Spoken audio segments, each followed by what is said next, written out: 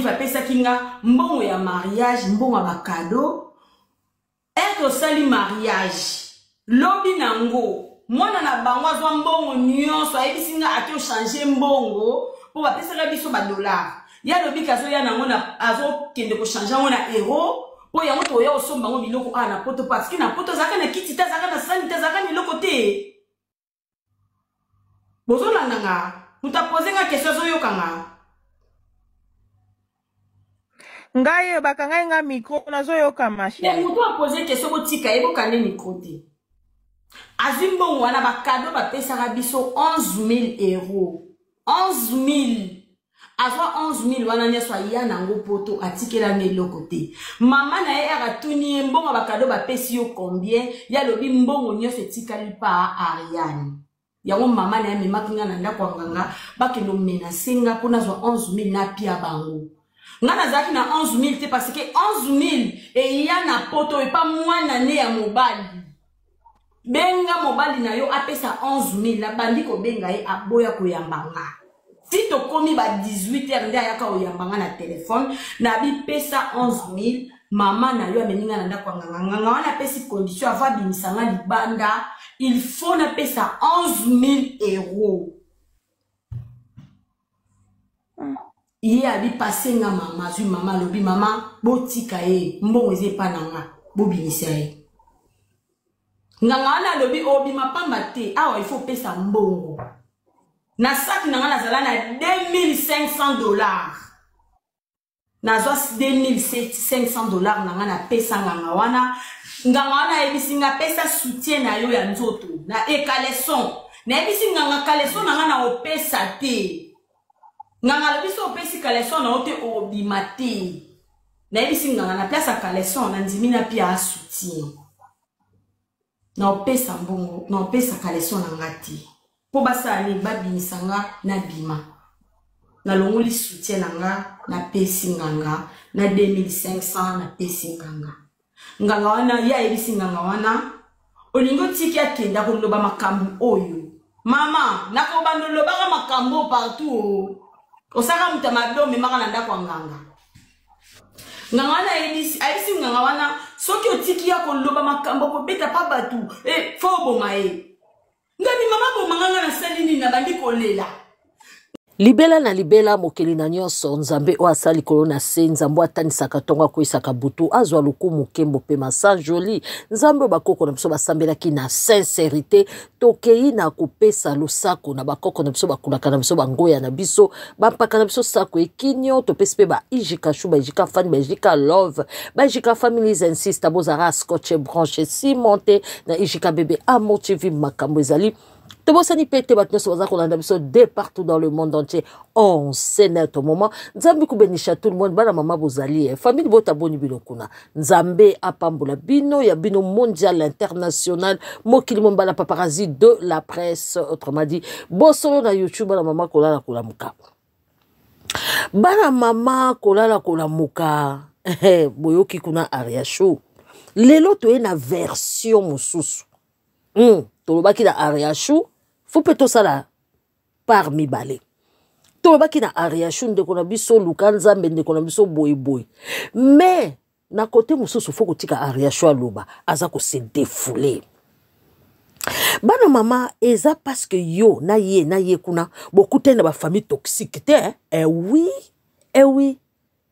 beaucoup de ba famille toxique te ba famille o baza malade na mutu ba famille oyo baza ba profiteuse une famille profiteuse batala kambongo ba famille oyo kuti na kati sorcellerie ya okuta na ngote ya okobima mobimba te et puis na ba famille wana soki mobali alingi azo protéger lokuta omoni loup Niama oya sauvage akobota jamais akobota pe mais akobota agnote la plupart abasimi baba mobali nanga linginga ata famille ezamabe attention loba nzamba zwa mobali no mibali pele bazara na kacha moniokoli oyo zonyoko mana kacha libala mais azo sala juste semblant Mais un jour okoboya libala na ndoko yeba ke mobali wana azalaki penza oya bande ko mema on abattoir famille yeba kata o kingo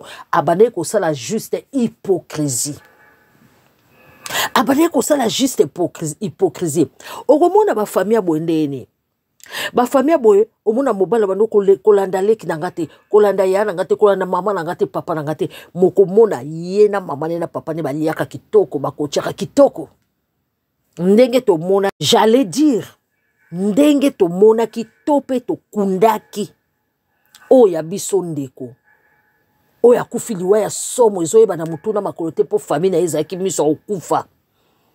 Tope famille ezaki complice. Oso comprendre. Pasteur wa ucho boma mwasi. Oyebi aboma kendeni. Bino mo boyokaki mwasi nenga tiki ba audio Blanche. Alobi boy. Ye akoya kolobaka makambo mosusu ba parents na ye. Azo yiniso ba parents na ye po yozala loin de ses parents. Allez dire oyo je Marcelo a joaki Blanche. Soki azana Blanche azo ba mabe ya ba parents na ye. Ke biso stoyi na ba parents na biso to yebi nzambe bango bazana ba lien ba sorcellerie envoûtement comme ba pasteur nyonso ba koma ko pesa bino évangile ya peur. Blanche pe andimela les corbeaux et le renard. Mais Blanche a sakini soit à l'improviste. Nanda ko ba Marcelo okuta Marcelo y memeli maman na bango ba bijoux, papa na bango ba veste. Na pesoka exemple moko concret. Exemple moko palpable. Tala Blanche akufa innocent mowe. Or na Marcelo, na papa na ye, na mama na ye, bazalaki complice ya liwa na ye. Bokeba yango to yeli sous na version mususu Ariachou. To tika Ariachou aloba a s'exprimer. Abimisa oyebi au fur et à mesure. Boba Ariachou makabango esila kate winga pena lobi. Mais ezalaka mwa kanda moko boy. Ariachou azoko tala nazaki elenge moko kitoko, nazaki na vie na nga. Malgré le haut et le bas, nazaki na maboko ba parents na nga. Nazaki na mapasa na nga j'étais en famille. Famille moko boye zwinga. Ekosinga. Ezwi bolenge na nga. Eye na nga na poto, badinga bazoya poto ya malamu nga na ya poto ya souffrance. Boko yoka Ariachou, mobali azalaki ata na mbetu te lutu te fourchette te. Mobali azalaki jardinier, bakosie, yaya, bakosa yo liko mususu. Ba parents mususu bakoz balo boy. Mwana baza mbongo te. Ba okoso to so la bino ndako mnene, to tinda bino na poto. Oh, bazio ndi po ya kusukola ka basani na ndako na bango. Bazio ndi po ba ya ka kofinga ko na ndako na bango, ba longolo confiance en soi. Yaya tika okutanite. Ba bengana nga na ndako le 10 décembre na malili. Na olala na bana na bagara gime bat ba yebi gime ba yebi. Na gara Liège ya malili na olala na wana na gara poto bengi azwaka bana butu moko Merville na osama kapana yo osala video moko boye olobi LB azosenga yo aya otikala ata na bana po yo kende osala yo ozoboya ngana bando boya ngana benga ye kaka butu moko tozangi esika olala na ebisi na zana bana awa na ebisi esika olala na bana te lala na bango kaka na butu oyo na tango na kozwa bango kolela te maman pardon je sais ça me fait mal je suis passée par ebisi lala kaka na bana na butu oyo ngana tango na kozwa bango ebisi nga yaka na gara gime yaka na gara gime ya opesa nga bango na zwi bana na nga mama na ina baona gara gime na benga garçon na boyo ya wow na nga libanda ti 4 jours ayo benga nga bozwa ke sika olala ebisi pa merci papa wow wow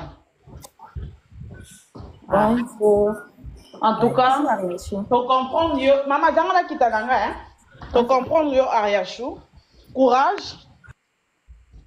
Oyo lela ekenda na mutema te hein lela ma emi so libanda kokena na mutema te mutu lelo so yo zate mutu olinga bana ko le kwazate yango moninga tomba elenga matière na yo na jaria na takaki jaria mais mutu mo abenga bisela merveille ba kosi ko na matière wana te Omoni parce que oza mwasi yo moko na poto na bana. Qui pour nini genre na Belgique à lokola genre ya Mervin azati. Mais genre sala,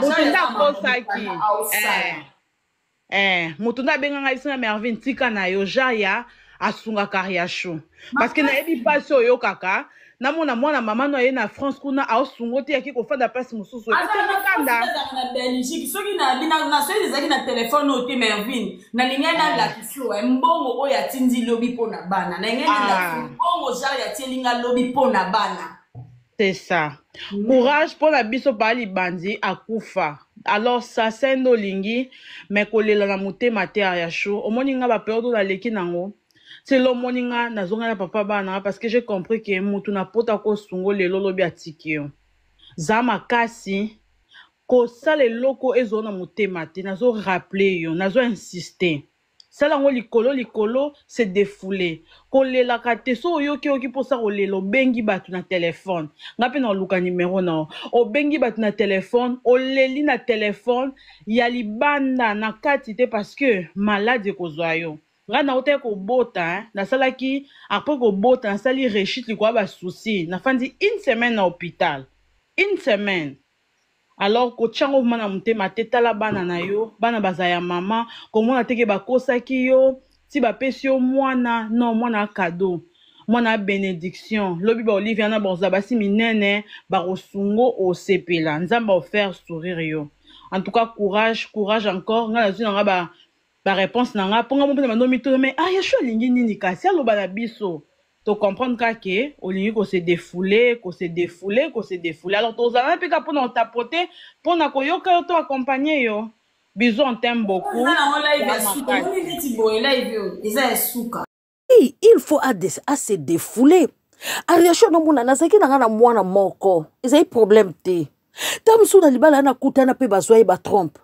Na libala na kutana ba lekisela etango. Na libala wana ndaye kozwa tamsu AVC boyebite tamsu ye kozwa dépression boyebite likolo ya famille toxique ndeko yokoloba bwe po kutai na ba famille ba diable te et puis ba famille wana mingi basala couverture bakoma koluka kusambela nakoyela bino ba famille bongo basala couverture omona na famille na ba pasteur ya lokuta babima okoyoka mama na bango moko prophétesse bokoyoka awa bokoyoka papa na bango papa pasteur mama langi na papa langi. Donc, c'est la couverture, moko niye ba batu malamu. Libanda, boko mona ba lokola ba ange. Mais baza batu mabe. Baza batu momo teme kangama. Pona nini okolanda na ba famille bongo tata to mama, bango nyoso ba vanda na kisi. Alors, semence ya bana o ba bota, misusu bazwa bana na ba ninyo yo. Na ba bana na misala mabe. Misusu babota mama zalaka kai panganga alamuka ke panganga poani azana bambanda il faut combattre bambanda il faut que nous kozwa bakisi ya ndenge na ndenge. Alors bana babima na semence moko boye ya tomber na famille ya bongo tomber na ba famille ya bongo tozana ngo même ba famille ba papa leki ba famille ba noko ba famille ba tata mosi ya ba tata kulutu na ba famille na biso tozana ba famille za toxique et bongo yeba ke mwana bato ko kota na famille na bino. Boko lobe loko te mais boyebi ya ba famille msu bokuta bango na poto awa elenge ya poto bokuta bo bazo sambela makasi ba ndoki minene so ozwi témoignage na bango na ba famille da ba côté bakola ndeko o chata liko église wana te. Et puis to ba nyoko la batu baza ensemble okomona ta ndeko moko mwasa zata motema pete semeki mwa lo bata mwana ya batu jamais bango nyoso même moral yaya yo mutolobaka libale eza ba semeki te ba bokilo te ata bango balinga te yaya mobali no aza complice mukola kozwande mwasi mususu ndoko yeba ke mobali no azaki complice ya makam. Et puis na ba famille bongo bakolinga mona na bango avanda kaka na mwasi ya misala mabe. Soko ozali mwasi oyo osambelaka to famille na baza ba innocente ba yebi eloko te yaya nde place famille ane ko combattre po olingi kolongola molili o ezana kacha mobali wana. Alors Ariacho a souffra akutana ki na famille toxique pona nini ngana so ba Ariacho ngai moko na yebi mama na ta ba expliquer nga mama wana Babinga ke so mama na pichu so mama na nadi babinga ke kombo mama na so simbi cigarette bokilo ariacho so ka simbi masanga banganga aloba mingi swahili déjà so kute de na mama bongo ba vivra o ba sala ba vie na boto ka ba mama so ke ba muziki 100 kilo ba mama ya Château Rouge ba mama matonge po mama na za mama ya matonge Porte de Namir. Déjà ba maman ya ba kisi ba maman ba bima na mibale belé ba maman ba baby sa bana ba ba sala ba désordre na kati ndako na bana ba bazo kola na moral moko boy kota na ba famille wana ozwa mwana bato mema eti epa ya nganga yo mona wapi bato basali mariage bakado ezara ya bato babalani tala mama oyo modèle aza ko raisonner oyo ba mama oyo ngai te o Bible ka otanga ebenga ba mama mo insensé mariage ezara mwasi na mobali bango nde babalani bango nde baza censé ya kozwa ba cadeau mais mama wana lobi mbongo ezali pa na ye oyebi pourquoi parce que ba betaka cop na mwana na ye ariation da yebite Mike lokola nga na lambelaka mama ya mama Olive na poye mtaki cuisinière ya mama Olive azusi ko mwana na ye moko ya fenea po bango bana na babaka ba fenea Mike wana za fenea kota ye pa basi azo sala wana so ki azo sala mikolo po mukande vanda da pa mwasi wana koti mikolo bazo kabana bango baza inutile na société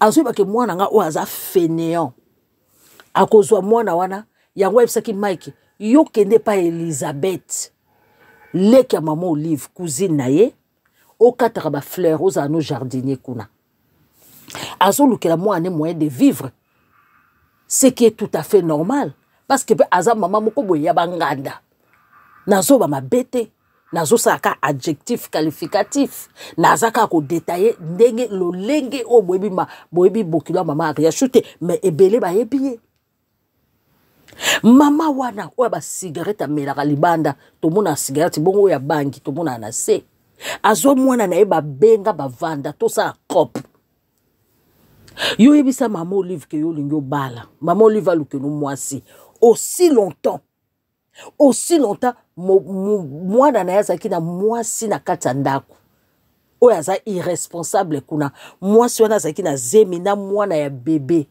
o Mike azaki irresponsable pa ya mwasi wana azola lofele aza kolia ofele mama ne alobi to bomba mwasi wana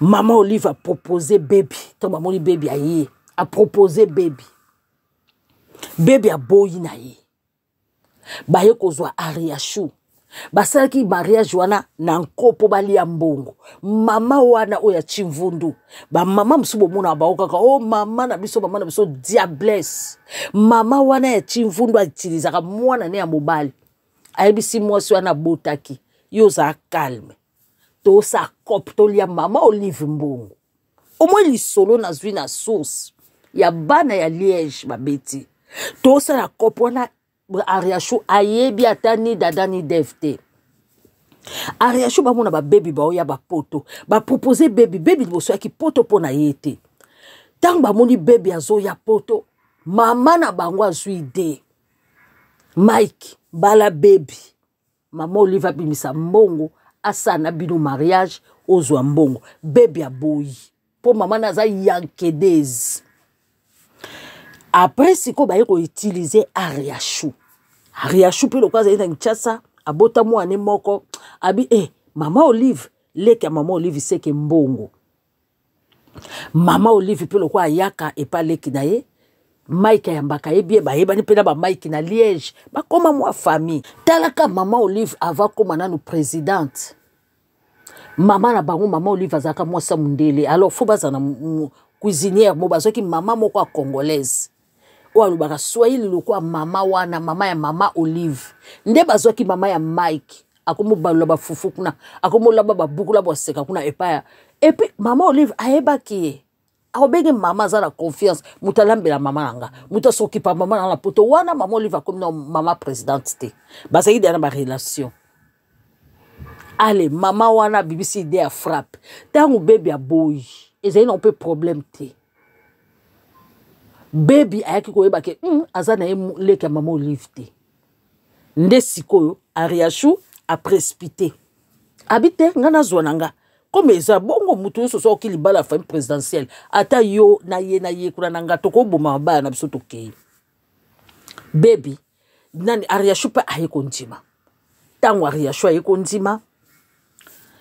Papa super papa yenda leka ki mwa engalisa mwa matalana. Amona ke wina koti na famille présidentielle. Ariachou tela kabwe ba stopper nano. Toli ko yokate obenga Mike famille présidentielle. Mike a changé. Ako benga Mike super papa. Et pour biso te beka Mike lembe. Ako benga super papa. Abi ondeni ba opekisanga na benga ye. Tango ba ko ya na poto, ba ko mona ke Mike azaki na ndako te. Azali na place au vanda te. Ariachou ko mo vende pas leki ya maman Olive. Aye ko mona kuna ko remarquer que Mike azali boy. Pas boy mais jardinier. Ye akomaki bonne ye moko alobi ya skola ba basanya ke kotika bana classe. Aye ko mona bi Mike to zwandako. Ariachou akana mwana na ye ya liboso. Erreur ka sala ka moni place ezate azongsi mwana. Moi Mike mukanda evanda te, mukanda moko ya mayuya, mukanda moko adresse ezake pa mama bana na ye Mike. Nde Mike ayeko yebise na mama na bango tango babalani na 11,000. Wana ka Ariachou skwaza na kini. Mama bango skwa memake pa nganga. Po azaki na besoin ya mbongo. Bayoka na ba Mike soki mbongo ebimi. Ba cadeau na présidence ebimi makamu nyonso Mike apesa. Mike lokwa na mama na ye ba mesana ba G. Mike okwa mama na ye. Tel mère na touro tel fils. Tel fille mais tel fils. Mike asengi Ariachou mbongo wana nyonso. Oh, photo zwanda kuto je suis sûr tant Ariachou zonga kina mwana na ye. Po Ariachou to ba yaki nuit de noces ayaka na mwana ne. Aya botoli Ariachou mbongo nyonso ye na ngona poto. Mama na bi boybo lekela nani. Omwende ezala ki po famille na sa famille toxique de ka Ariachou azwebisa pino. Eza ba famille moko soso abotili bata bokoli. Il faut tout le balikambu na réalité. Nde Ariachou bande ko yeba te mama na za ya mama ba yanke, mama tunisa mama zeke. Mama zeke, mama tunisa, mama sukola. Mama mwa gambela mwa nini mwe loko ayibine makambo nzambe te. Ba batsa ka Yesu na munoko mena se elo msusu. Nda memaki Ariachou epanganga pe ba boma ye.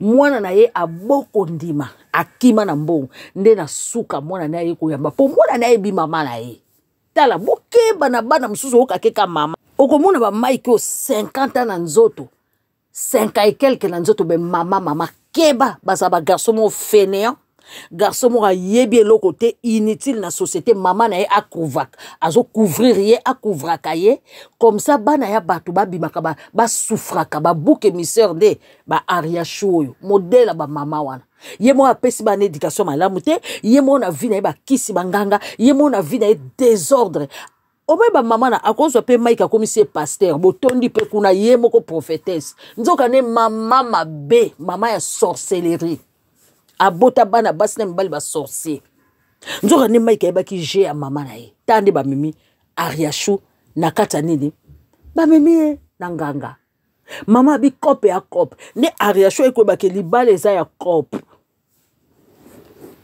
Ariachou libala neza yi kope wana nini bandaki na mama ya Mike ba frapper tala na makam na uchuko yoka mama ya Mike nga na yebie musala na ye yango wana mama nga na yebie daki mwana mukie mwana ne ba na obenge soki na amela cigarette awa uneza mama ya bezi so mama na pichu ba komo mo ba ki Swahili bo azala ki na ba café na porte de Namir mama wana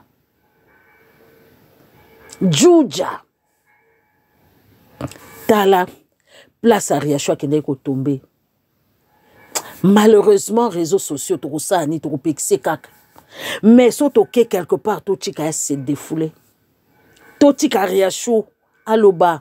Azotala ke vi na ngata msuna ki na 17 ans. Tamsuna ki na 20 ans. Ariachou ki na jeune. Bazui jeunesse na nga. Tamsuna nga na kuta na nga na mwa mutu na nga na zai mwa siki toko. Lelo eko bakisela nga charge. Nzoka nena tangu bavanda kena Ariachou eko yeba ki avanda na mobali mayele kokate. yango muna mabala mso muna mama bokilo azaka présente na libala ayebi ke mwana ne mayele kokate bazwaka bana na bango oyo bazali na ba disability eza mabete oyo mayele na bango eza kokoka te puzzle eza na place te bapesaka bafi ya bato po bayaka onyokola bafi ya bato mama nazaki présente kaka na vie ya Mike tinde bakabwe na Ariasho omoni mwa mwasi oyo na Mike aza na se mwana mwasi oyo place signe ya logo nangeza okonyokwama ozo sana ba photo na Mike pamba ozo ko mona yango ba famille toxique bongo o memo ya bato nganga o bangi atate mama mosu ko meli ba bangi na yo ngana yeba kam na oluba o mema mona bato na ndako nganga bo bali mona bato bo sombi o sali cop na ona mwana ya bato po yo zwalar o fungula ba café na mususu emsu ba mama musuga na lobite bibala ba jeune garçon kaka bino kokesa ba chirurgie kaka bino ale mwana ya bato okino mema mwana bato na ndako nganga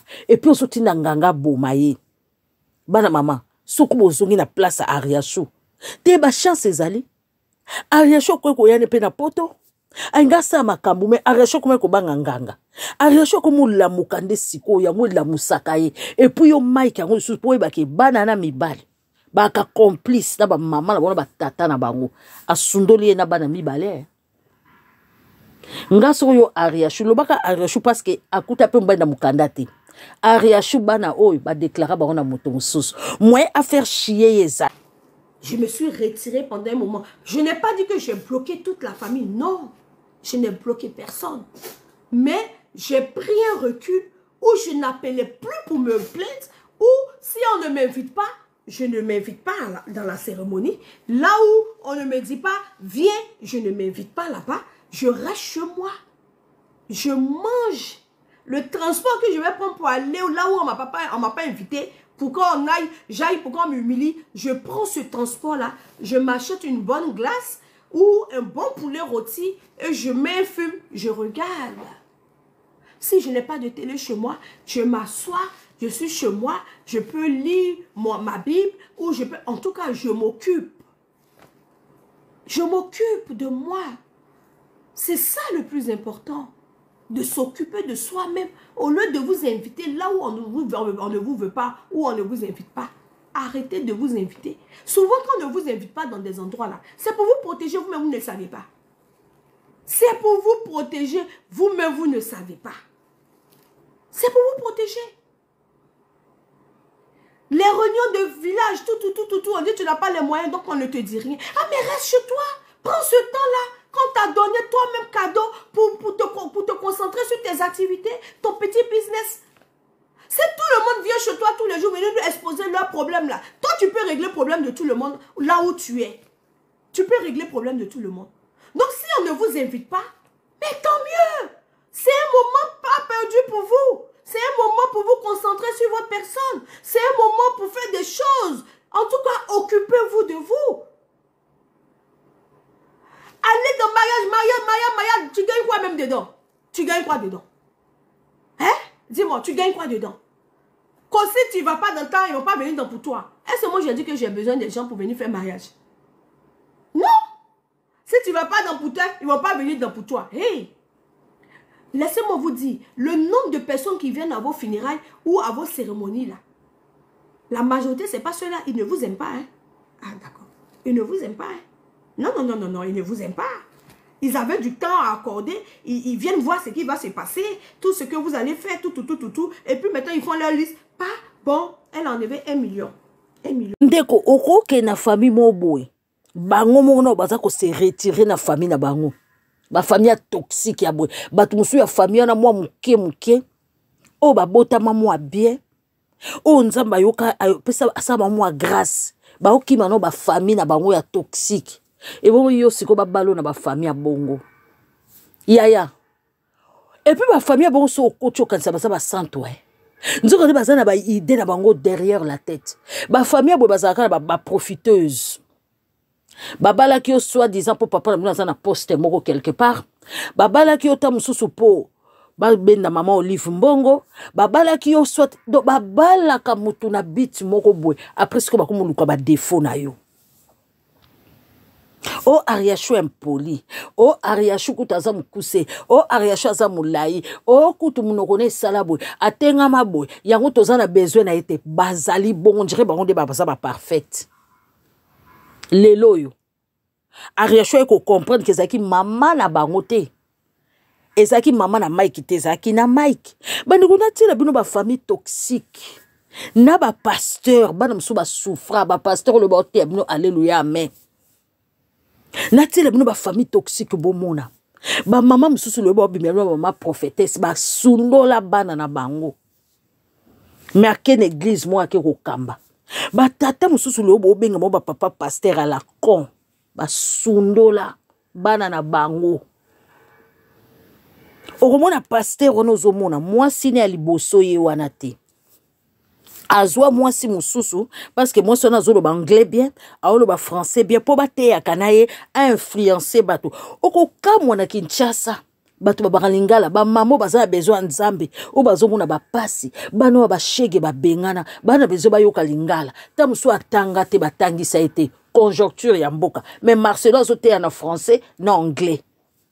Azu moi si ya français na anglais. Donc ye aye kote ya na mboka oyo baza balingala phone tala kaka batu moko boy baza lokola ben insensé. Pourquoi? Azana besoin ya mbongo, azana besoin internet, azana besoin lo moto population ba yoka ye monde entier. On dirait na France bazana ba pasteur te na Angleterre bazana ba pasteur te.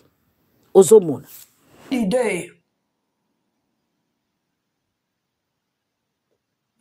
Quand tu mets des enfants au monde, il faut savoir pourquoi. Et ta mission n'est pas finie parce que les enfants savent marcher par eux-mêmes. Ta mission n'est pas finie à cause de ça.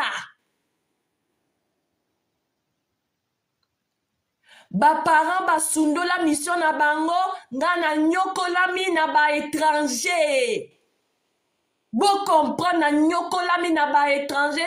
Parce que ba yebi ke famille ezalaka te. Oza na hôpital ba yebi ke famille ezate bako abuser même ba docteur bako abuser. Bon comprendre. Ba mibali mawato. Ba yebi déjà que ba frère na ye bako sala elo côté long ye kaka bon jeu. Ce qui nazala qui ma capacité pe spirituelle te pe naza na troisième œil te bako lianga neti soso.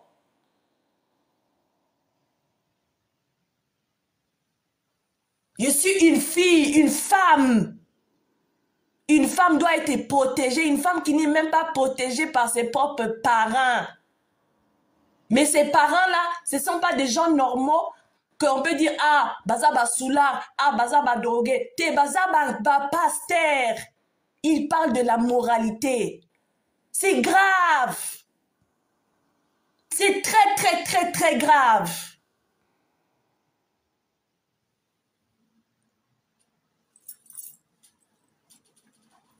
Bino bozo, bokoma ba psychologue, bokoma ba psychologue na ba commentaire na bino, elle est traumatisée, a commis liboma, a commis boy. Tandis que moi, je suis quelqu'un de très fort, même je me demande si je ne suis pas un esprit. Parce que comment quelqu'un est, je suis normal, na kamusala, je souris, je suis normal, je fonctionne. Je conseille des gens, quand les gens ont mal, je compatis. Moi-même, je me demande comment j'arrive à dépasser toutes ces choses-là sans mourir sur place tout de suite.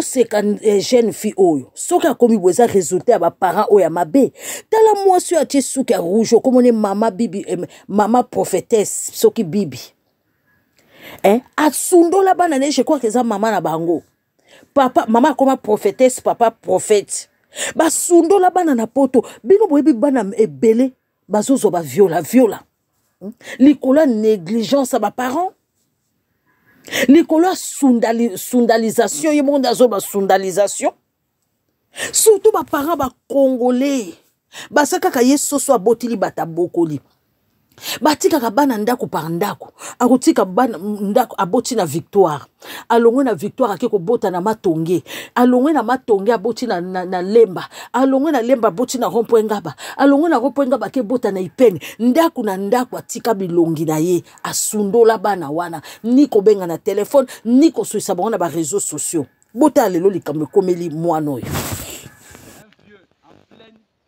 en pleine c'est en pleine quelle heure 12h20 gars. Gars, comment crame là? Viens ma fille, viens. Ne pouvais pas imaginer que toi tu peux faire ça. Salut. Ici c'est Rachel de Paris. L'heure est grave. Tout à l'heure j'ai reçu une vidéo d'une petite fille. Elle n'a même pas 7 ans. Elle doit avoir 7 ans, 8 ans.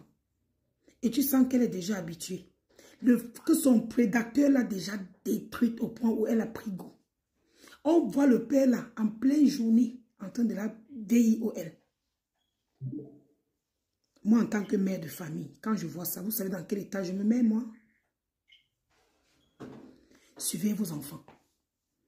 Discutez avec vos enfants. Prenez le temps, même une fois la semaine, de vérifier au moins la partie intime de vos enfants.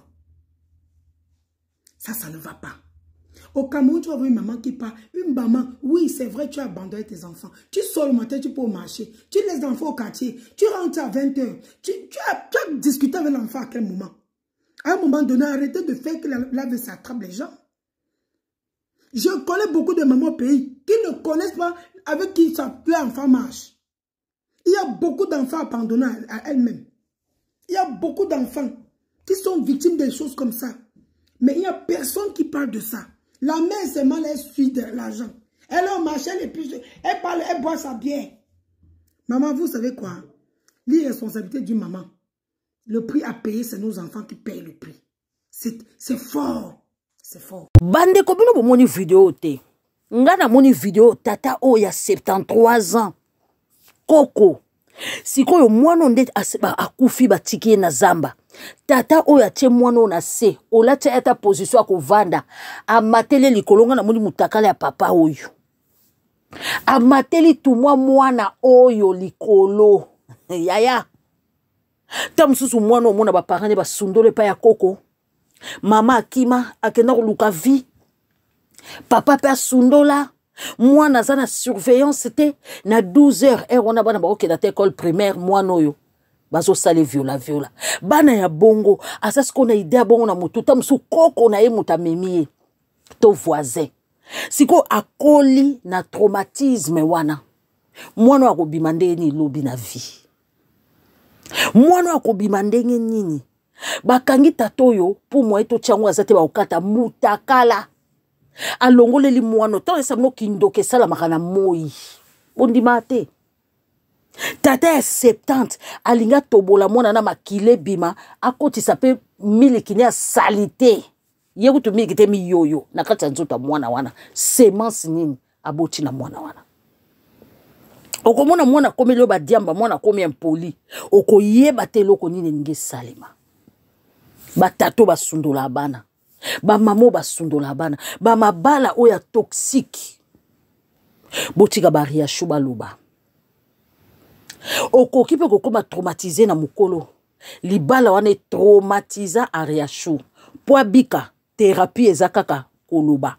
Il faut dénoncer ma bénionce oya monaki na famille wana. Faut dénoncer. On avait une double vie. Oui. Ça veut dire, on part chez les bandits, mais à la maison, on voit que, oh, ils ont une maison, ils ont à manger, ils ont même des stocks à manger. Et quand nous, on rentre à la maison, il n'y a rien à manger, on a faim, on est à la limite. Donc, nous, en tant qu'enfants, mes frères, ils se sont retirés. Quand ils sont devenus adultes, ils se sont retirés de mes parents parce que, voilà, à cause des choses comme ça, et puis ils ont construit leur vie. Mais c'est pour ça qu'il y a cette distance-là. Mes parents causaient beaucoup de tort à mes frères et moi. C'est pas de l'autre. Parce que les Congolais, tu penses juste que c'est les enfants qui causent du tort aux parents, mais là, c'est de l'autre côté, c'est les parents qui ont causé du tort aux enfants. Et je me rappelle, mes parents, ils voulaient pas travailler. Mon père voulait pas travailler un boulot. toute sa vie, il n'a pas travaillé, enfin, il a travaillé au début avant qu'il devienne pasteur, il était un peu taximan, et puis quand il a décidé, il a arrêté de travailler, donc on avait commencé à vivre de l'État, et ma mère, voilà, elle a 4 enfants, donc femme au foyer, lui commence à voyager, construire des églises, mais en fait, nous, on a vécu dans la galère, et cette galère, c'était une galère choisie, parce que, voilà, on n'avait pas... oui, c'était une galère choisie en fait. Et après, je me rappelle, après je sais pas combien d'années, c'était en 2016, 2017, 2018, ils se sont réinstallés en Belgique. Et mon père, il a compris qu'en fait, il faut travailler parce qu'il a eu des problèmes au Congo. Donc, il s'est installé en Belgique, il est resté un peu en Belgique jusqu'en 2020. Il a travaillé pour la première fois en tant que livreur de pizza. Non, pas livreur de pizza, pardon. Livreur comment ça s'appelle? Des lettres. Des lettres. Oui. Courrier. Mais un boulot qu'il a comme... Vous venez défendre mon papa, vous le connaissez pas. Ne défendez pas les pasteurs que vous ne connaissez pas. Dans ces mariages-là, c'est la femme qui souffre et les enfants qui souffrent. C'est pas les pasteurs qui souffrent.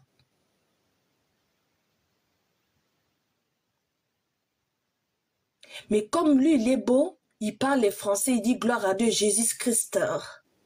Et puis il tourne ses yeux. Mais moi et mon papa, on a l'esprit des sirènes. On est très séduisant. Mais oui, un homme peut avoir l'esprit de séduction. C'est pas seulement les femmes. Les hommes peuvent avoir un esprit de séduction et la plupart des pasteurs, les manipulateurs, je vais vous expliquer, les hommes manipulateurs utilisent la séduction. Or, vous pensez pourquoi ils portent les costards, ils mettent les parfums de cher, mon papa, il porte les Tom Ford.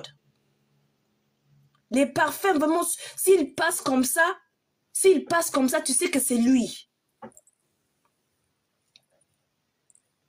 C'est la séduction. Il parle en anglais, il parle en français, il séduit les femmes jusqu'à ce que les femmes de l'église, elles deviennent aveugles. Il ne remarque pas que, oh, mais où sont les enfants du pasteur?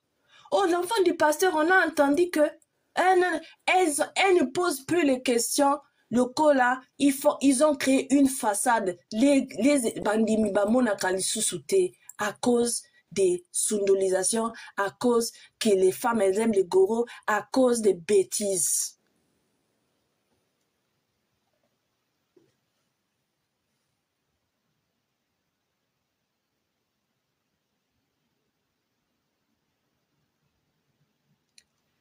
Les gens dans les commentaires, vous n'avez pas besoin, vous n'avez pas besoin de me défendre. Pas besoin de me défendre. Moi, j'ai l'idée. Quand tu mets des enfants au monde, il faut savoir pourquoi. Et ta mission n'est pas finie parce que les enfants savent marcher par eux-mêmes. Ta mission n'est pas finie à cause de ça. Ba parents ba sundo la mission na bango ngana nyokolami na ba étranger. Bo comprendre na nyokolami na ba étranger parce que ba yebi ke famille ezalaka te. Oza na hôpital ba yebi ke famille ezate bako abuser même ba docteur bako abuser. Bo comprendre. Ba mibali mawato. Ba yebi déjà que ba frère na ye ba kosala eloko te long ye kaka bon jeu soki nazalaki makasi te pe spirituel te pe naza na troisième œil te ba kolianga neti soso.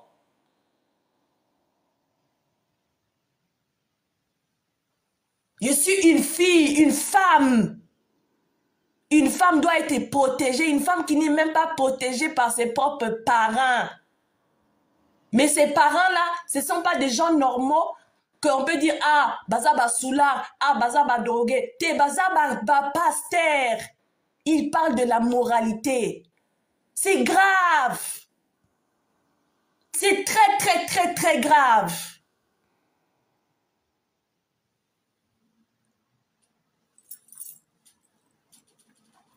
Bino bozo, bokoma ba psychologue, bokoma ba psychologue na ba commentaire na bino, elle est traumatisée, a commis liboma, a commis boy. Tandis que moi, je suis quelqu'un de très fort, même je me demande si je ne suis pas un esprit. Parce que comment quelqu'un est, je suis normal, là, je souris, je suis normal, je fonctionne.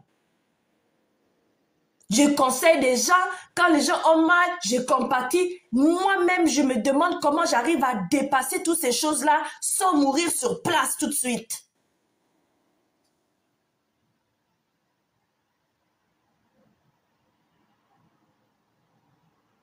Désolé ndeko, banyokolo na tata mo wa pasteur, na mama moko, mama na wake koko ma prophétesse, mais désolé pour Congolais adoka na l'église wana.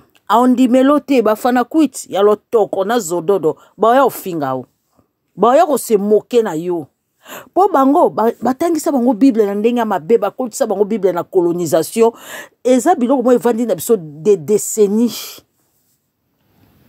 ozoyoka beaucoup de décennies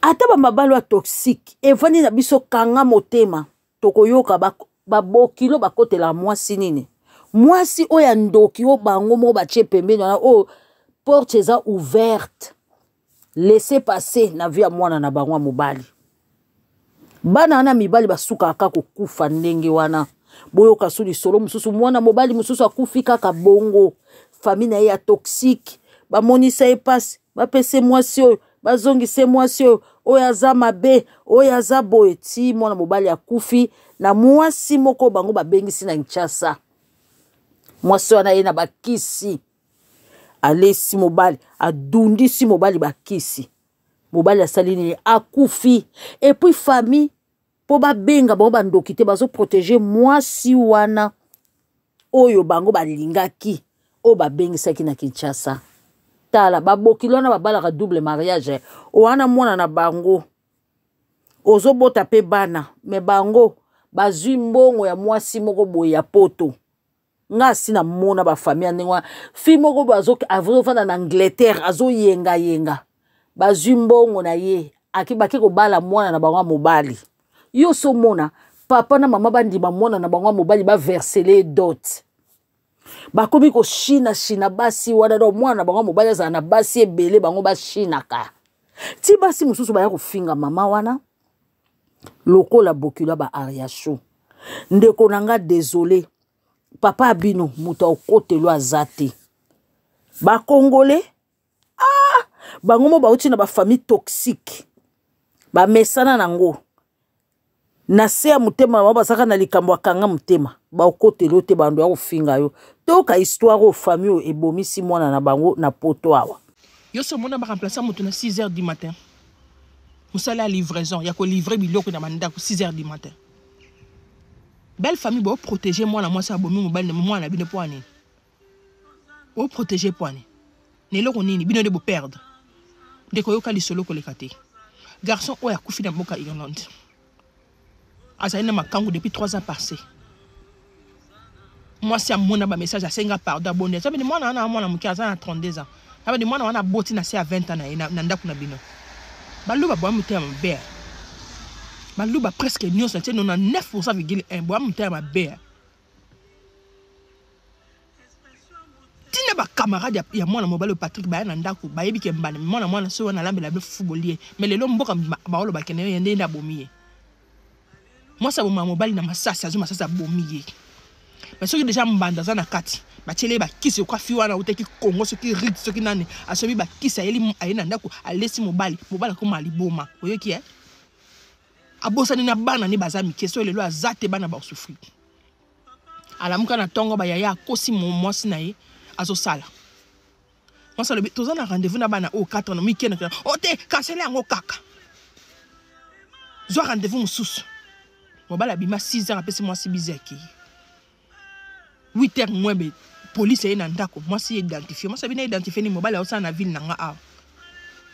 D'accord, te ba kuti mobile kufi na ville, ça veut dire à 4 ici et bandala, à keti ki senso. La plus une explication. Moi ça le bité beaucoup aussi. Ba au tala boy. Yeah. Moi ça tourne à combien wandenge nini. Belle famille papa famille à moi na mobile we bengi mwana na bonga mobile ce qui Marseille ce qui comme moi na monane. Je dois téléphone à papa na yo effacer ma trace. Moi na comment luka téléphone. Maman tourne o luka téléphone nini o tena yebso ka vérité. Bozuti na mwana bina mobile bo kotise na buzoba. Ya mona bana msa mibali bazaba na miketi akoli a mona moi c'est lokote. Azongo papa tata moi na ye, azongo papa noko na ye, azu yango papa papa le kinaye. Lelo oyo quartier mo mepandi moi moi ça rien na bo mobile. Bino na boyebi sur la mbandataire. Yo mto uti Congo, o yesi kamboka msi oza na France, Irlande, Belgique wapi. Tango yeza mayele. Mibali ba oya. Posa mwasi kitoko. Ba mai ba kuvela mbwa ba ko ya. Observer zala mayele. Na suka zongi sa papa kanga bisaka no kende. Na boyi mwasi moka lela na nzoto langa a. Lobaka ko fanda kimia te.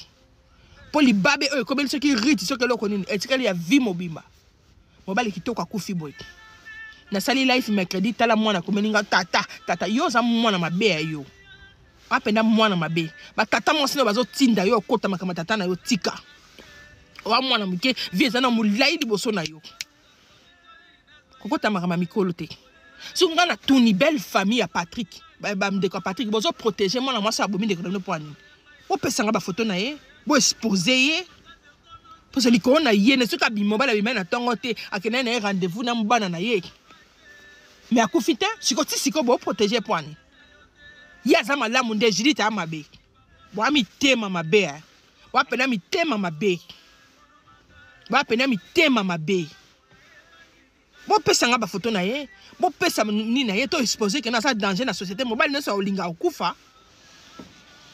Oh non, bota na ebana kuna bande kone ba bengisi ye. Ce qui rite comme na yangwana bande kone ba bengisi ye. Avec ata ma bande kone ba bengisi ye temba na moko punda bolingwa batu. Tala nenga suki. Siko bana no na Congo apena ozimu kandate. Juste nzambe landa yo. Ti ba repeso région si ba spelanze ozonga Congo oko sentir. Toleli to pesi mes condoléances na Judith na banana. Oyebi Judith aza moi si mema na trône. Nous avons appelé ma casse à beaucoup là-bas, 4. On a 4, à 5 était 4. Pour on a za traite. À ce téléphone à papa, allons là-bas, un message à Mbanda. Fortifiez-vous, prenez courage. Bon, il y a un semé qui n'a pas beaucoup, on a bandoki. Au moins, là, on a koufa, on a yon bomi. On a un pandi sang. C'est na coûté l'eau qu'on a loba. Oyebinga te je m'en fiche na la poste ça explication na mututé mais tozo lobane loko okena botika basi kimia moi c'est asopi makila na 4 fois ebimi a combien de kilelo oyebi incompréhension mobali wa zimbanda na ndako bazalaka ti mobali okanga bisaka a okene pamba na bazolo bakeno ake musala tina boss babengi boss okamo akufi nini moli monepe makaka. La grâce de Dieu, vraiment, na omona maamnyos bosa. So na bina omona te se ke na kosi. Na omona, na oyo kape. Bazo benga ngapi bazo yebisanga.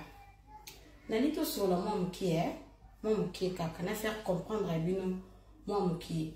Vous traitez nga des oba, vous traitez nga nes voli, vous traitez nga. OK, c'est bon, j'accepte.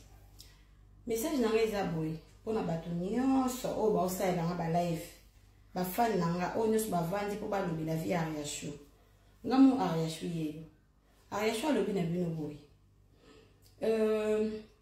na obeta lisolo ya ex mariage nangai ndenge na lekaki na mariage nanga kala nini o lekaki na mariage nanga mais nazo comprendre bino nazo comprendre rage boza nango nazo comprendre bino pe na jalousie o boza nango pourquoi. Parce parce que si on a zongi sima natali na 2020 2021 2022 tina 2023 niveau oyo bino tout ba fille ba femme ba maman niveau bozaki na haine envers ngai ndeko na bino mwasi pona kolobaki nazo vivre vie meilleure jalousie envie makambo tout bozaki nango oyo banda kopia bino kanda oyo banda kosala ke chaque jour bosala nga ba live bofinga nga na teka barin pona libala na sala boy na yoka bino na mama wana pena ndima nyonso bolobaka sikoyo ngai encore nali kokufa na nga na haine ya moto te nali kokufa na nga na jalousie ya moto te nali kokufa na nga na méchanceté ya moto te na yesu liboso na bino mpona yebisa bino oyo eza vérité ke Ariane oyo bozomona oyo atelemi liboso na bino oyo atikala jamais kozala na vie meilleure na mariage naza kosouffrir naza kolala banzala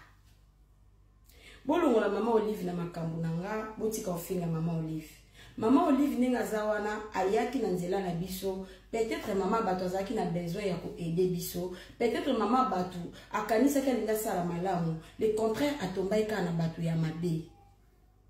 Atomba ki na bato oyo ya bien te. Parce que famille wana o basala ngai bino boyebi te. Soki lelo monde entier lelo finga nga lelo na teka bare, eza famille wana muto ba créango.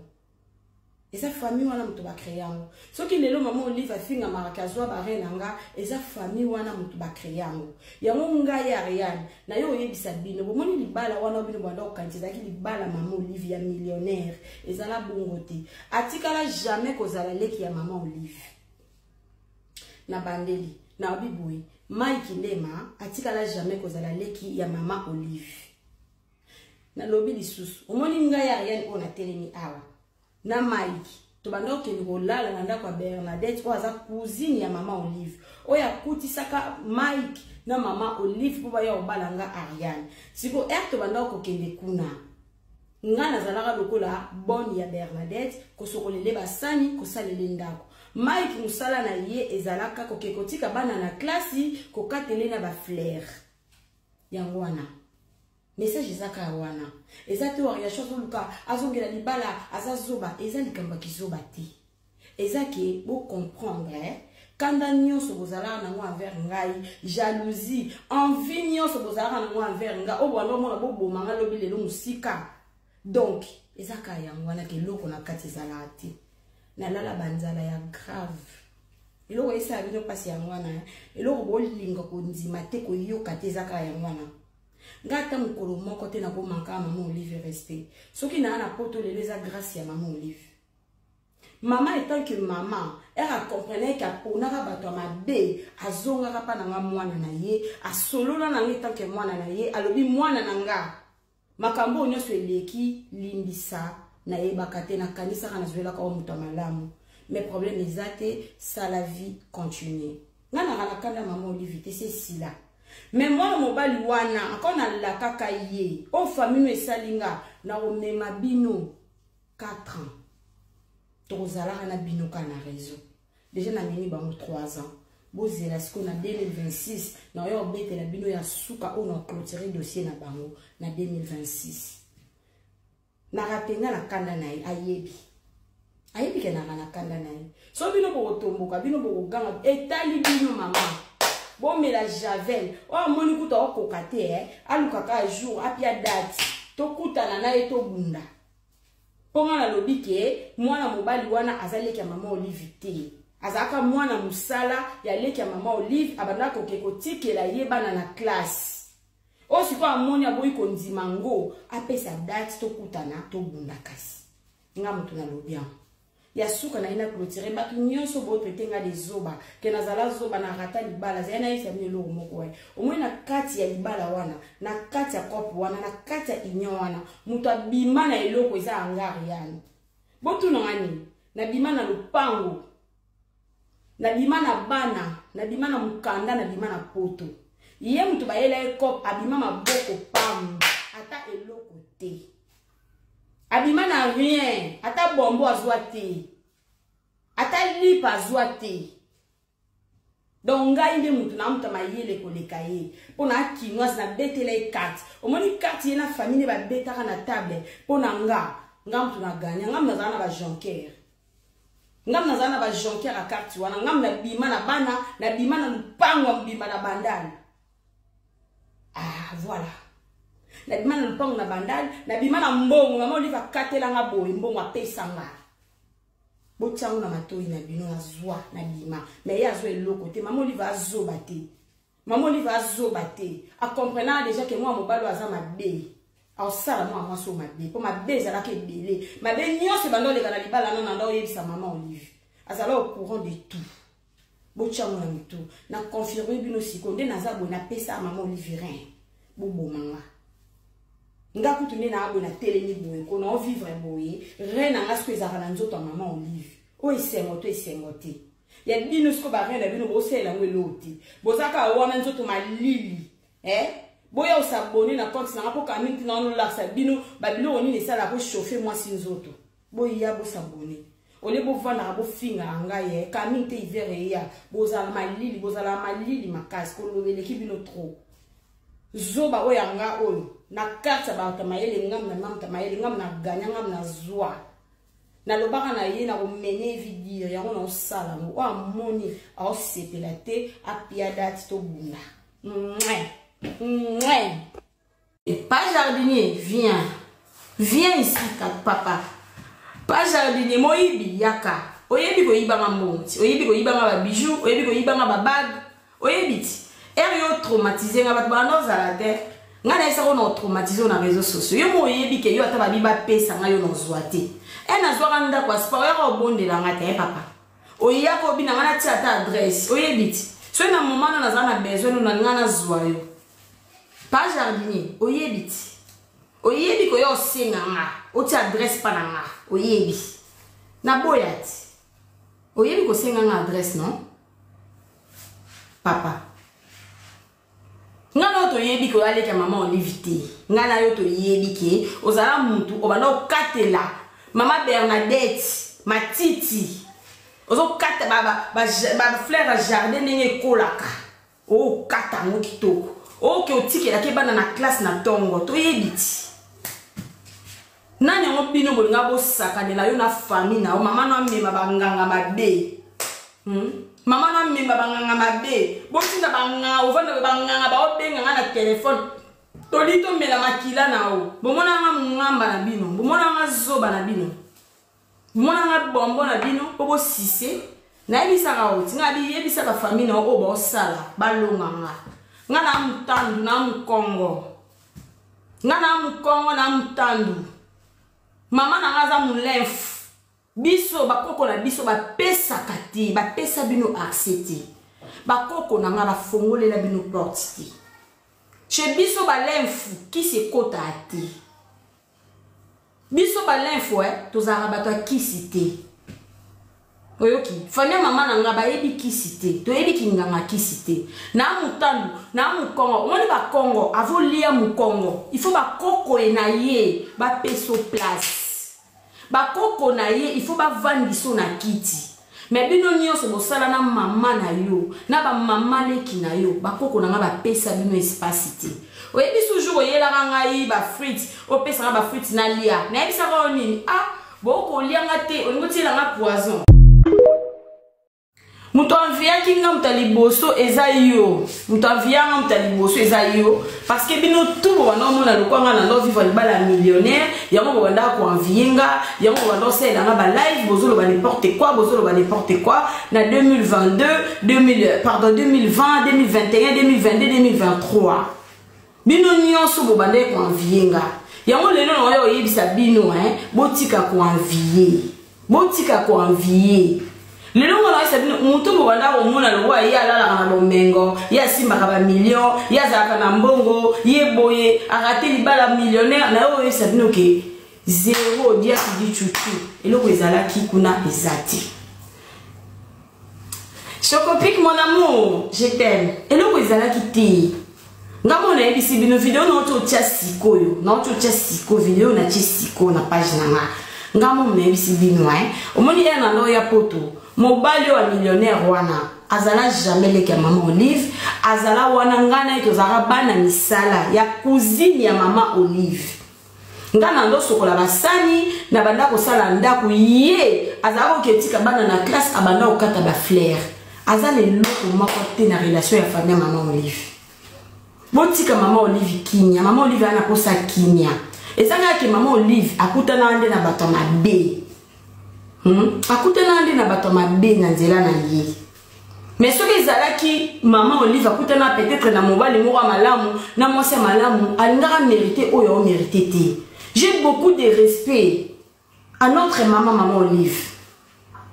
Nana respect ne makasi. Nako lobaka jamais maman Olive boy jamais. Nako finira maman wana te. Et ça qui on que la batou bonheur au tombé na bato mabe, c'est ça le problème en fait. C'est ça le problème. C'est ça le problème. La colonisation a été tellement bien faite en Afrique que les colons ont réussi à faire croire aux Africains que leur culture, leur rite, leur religion de l'époque est de la sorcellerie comparée à ce qu'ils ont amené en Afrique. Parce que aujourd'hui, la colonisation a été certes physique mais également mentale. Et pour ma part, je pense que la colonisation physique, c'est-à-dire l'esclavage, le travail forcé et tout ça, pour moi, c'est rien comparé aux séquelles sur le plan psychologique. Aujourd'hui, les Africains sont les seuls peuples d'Afrique qui réussissent à croire que ce sont des êtres inférieurs parce qu'ils sont de peau noire. Ils croient, ce sont les seuls à croire que leur culture, leur religion de l'époque, c'est de la sorcellerie. Et pourtant, on n'est pas les seuls à avoir été colonisés. Nous sommes les seuls peuples du monde qui réussissent à se détester sur tous les plans. Je ne sais pas si vous réalisez à quel point c'est dingue.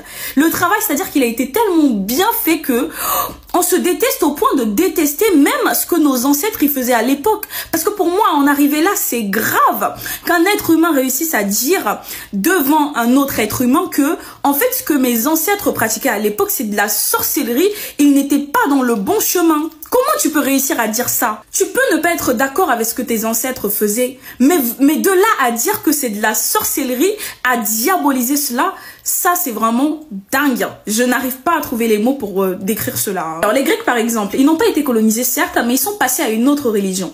Mais ce passage à une autre religion là n'a pas impliqué la diabolisation de l'ancienne religion qu'ils pratiquaient. Aujourd'hui ils ont appelé ça la mythologie grecque qui est enseignée d'ailleurs.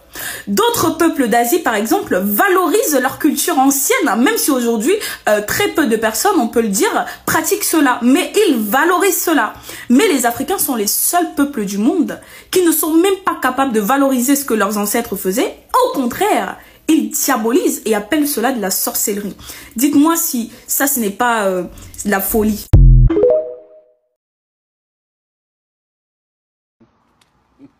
Tu parles à un Africain, il te sort la Bible ou bien le Coran. Tu vois les Africains, ils font des vidéos, ils sont en train de réciter les versets de la Bible ou bien les sourates du Coran. Ça c'est quoi ça? Non, Josué a dit ça.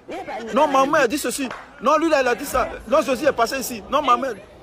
Un blanc, un enfant blanc, un jeune blanc qui est né, il ne connaît pas Jésus, il ne connaît pas Mahomet.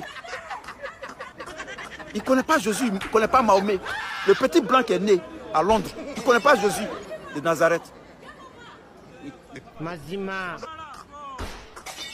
Le petit blanc anglais que moi je connais à Londres ici, il ne connaît pas Jésus. Mais est-ce qu'il ne se lève pas le matin?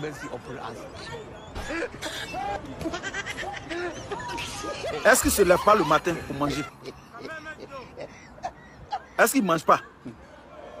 Il est mieux même que celui, toi tu es en Afrique là-bas, tu es à Abidjan là-bas, tu cries, tu es à l'église, matin, midi, soir, tu as été crié, mais tu ne reçois rien.